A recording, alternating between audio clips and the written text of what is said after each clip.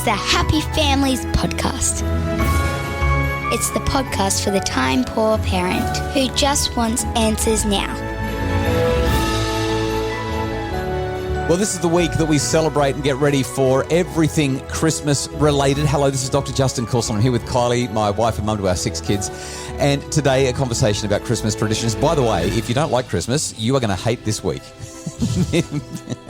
Because, Kylie, what have we got? Today we're talking about Christmas traditions. Let's dive into it. I mean, Christmas is a time where everyone talks about the importance of traditions, but do we really have them? We asked some of our Happy Families listeners, and Jess told us that these are her Christmas traditions. We usually watch the Christmas carols on TV on Christmas Eve, and we always put snacks and milk out for Santa. Santa writes a letter to the kids and always leaves an orange or mandarin in the bottom of the sacks. I think our kids would be highly disappointed with an orange or a mandarin. Right. Our tradition has been a mango and they just love it. Yes, yeah, too right. We'll talk about our tradition shortly as well. I was impressed, by the way. So we've never sat down and watched carols. We've tried once or twice and everyone's like, I'm bored. This is boring. So we've given up on the carols on the TV. But Santa letters. Santa actually writes a letter to each of the kids. Can you imagine how much letter writing Santa would have to do in our home for that many people? Maybe it's only short. This next one is from Lisa. Lisa has really impressed me with what she does, and I've got a feeling, Kylie, that you might be a little bit jealous. Putting up the Christmas tree, we love doing that as a family. I'm in the interior design industry, so I love decorating the house, decorating the front door, and I try and get my children involved in that. And just spending time with family, like Christmas Eve. We love celebrating Christmas Eve just as much as Christmas Day. So, Kylie, a little bit jealous? You love making... What do you mean? I put up the Christmas tree. I reckon you could actually have an interior decorator. You could put that on your business card and pretend that you are one because yours looks so good. But this is your thing, right? Make the house look amazing. After us laughing about how we didn't even have our tree up over the last few days, you have, with the kids, just gone crazy. And the house now looks so Christmassy and so beautiful and there's lights everywhere. And Little Miss Seven is a little bit upset with me though. We normally do 2 Christmas trees because we have family Christmas with extended family come, and so we like to keep the presents separate. I've always put up 2 trees, but this year we're not hosting family Christmas, and so I've only put up 1. She's really not happy about it. And I'm breathing a sigh of relief. Let's talk about Rachel. Rachel's got really strong religious foundations, and I think it's really important that we acknowledge this at Christmas time. This is how their family creates Christmas traditions. We have an Advent string line that we hang up that each day of December until Christmas, we add a card that shows the name of Jesus, his various names that are shown in the Bible. We focus on the birth of Jesus and what that means for us. We will set up a very basic Christmas tree and a string of lights as a bit of an acknowledgement of what happens in our culture, but we definitely keep it simple. Yeah, I really like that. And I'm thinking because there are so many names that you could actually continue that for like half the year if you really wanted to. That would be a very, very heavy string line by the end of it. Our next one comes from Larissa. Larissa said this about her Christmas traditions. One of the ones that our kiddos really like is that they get matching Christmas pajamas on Christmas Eve. So they get to unwrap them and put them on for bed that night. And one of our new traditions last year, we decided to become Christmas ninjas. Our children make things for their friends and then we go to their houses and sneakily drop them off on the doorstep, trying not to get caught. So anyone who's been following the podcast for a while now would know that you get a little bit frustrated when you spend unnecessary amount of money on things that you don't deem important. I know what you're going to say here, by the way. You're going to go for the PJs, aren't you? Well, a few years ago, Peter Alexander had a massive after Christmas sale and they had all of the right sizes in matching pajamas. And so I kind of said to you, can I get these? And you looked at me like, what do we need those for? Well, here's the thing, right? So we're buying 9 pairs of pajamas. There's 8 in our family plus a son-in-law. So we've got 9 pairs of pajamas and you want to buy and I love what Larissa's doing with the PJs and I love that it's a tradition, but I'm just too tight. So I'm like, we only wear those pajamas one night of the year. So we are recycling our Grinch pajamas from last Christmas for this Christmas because you only let them wear them on Christmas Eve. That's right. But so it is a tradition. Just loved it. Yeah, yeah. And it was so nice because it was the first Christmas that our eldest daughter, married now with her husband, came and stayed with us. So they got all dressed up as well. The dog had his antlers to fit in with it all. And it was such a nice way to spend Christmas morning, waking up all dressed the same. So, Larissa, I'm with you, except I'm not buying PJs every year. We'll buy one set. I did see the gingerbread ones this year, and I was really excited about maybe introducing that this year. Oh, boy.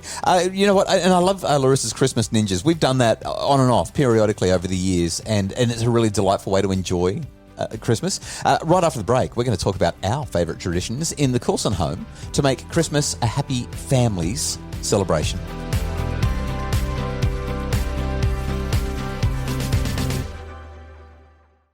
It's the Happy Families podcast, the podcast for the time poor parent who just wants answers now. And today we're talking Christmas traditions. Yes. We've heard a few really cool ones. Yeah, carols, opening gifts nice and slowly and savouring the moment, Christmas PJs, Christmas ninjas, decorating the house like an interior designer.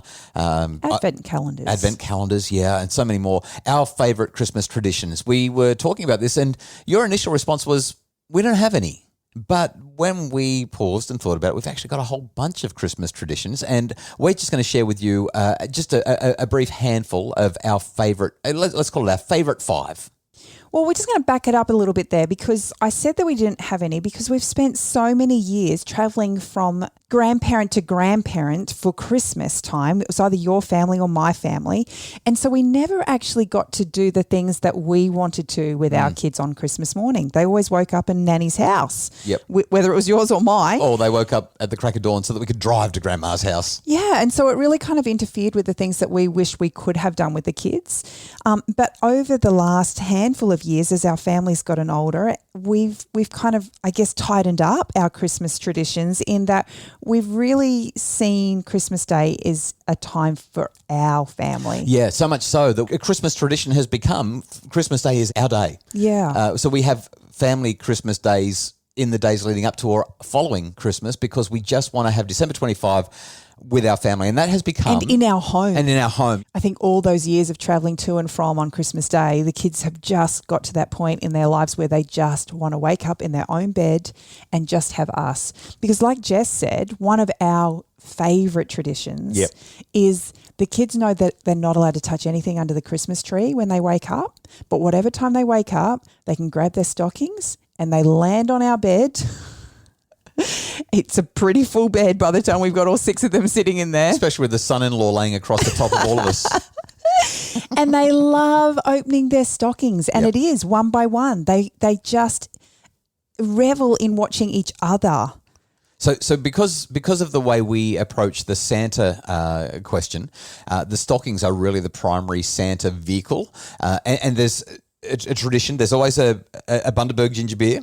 Which doesn't actually ever fit in there now. No, it doesn't, because Santa seems to be filling those stockings more and more. Getting older. Right. And there's also a mango in there as well. So that's the central element, right? The stocking on Christmas morning with the mango and the ginger beer.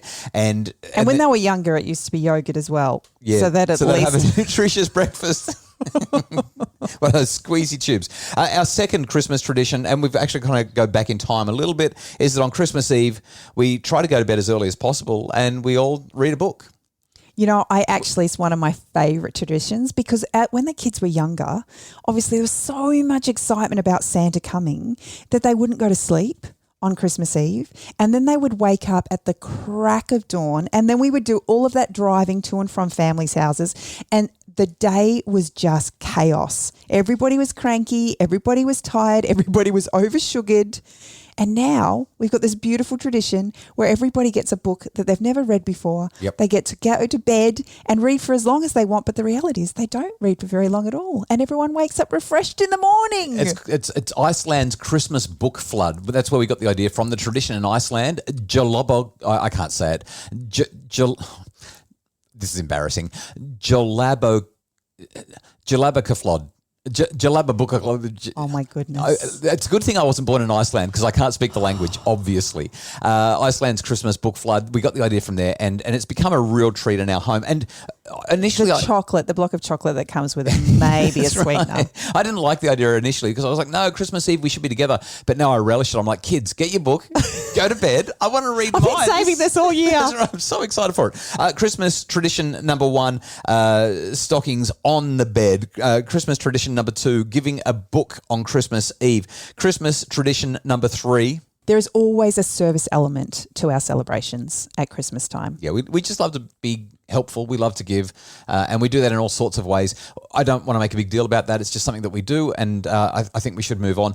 But if you can find ways for your family to give and serve, whether it's through donations or whether it's through like charitable giving or volunteering. Or the Christmas ninjas. I love that. Like Larissa talked about. Yeah, knock and run. It's not about the size. It's actually just about the giving. Yeah, fantastic stuff. And I think something else that we've really started since our daughter has been married, the Christmas Eve sleepover. I mean, you kind of touched on that before anyway, but just having her and her husband hanging out in our house on Christmas Eve and waking up on Christmas morning, it's become a tradition. I don't know how long it'll last, but I'm savouring it while it's happening. Well, I've watched over the years, as different couples have navigated who has who for Christmas, and it can get really, really messy. Yep. So we've just got Christmas Eve, Christmas morning. Well, I had no expectations whatsoever. I figured that they'd actually want to spend their first Christmas alone, but all they could think about was if they didn't spend it with us, they weren't going to get a Christmas stocking. They wanted their ginger beer and their mango.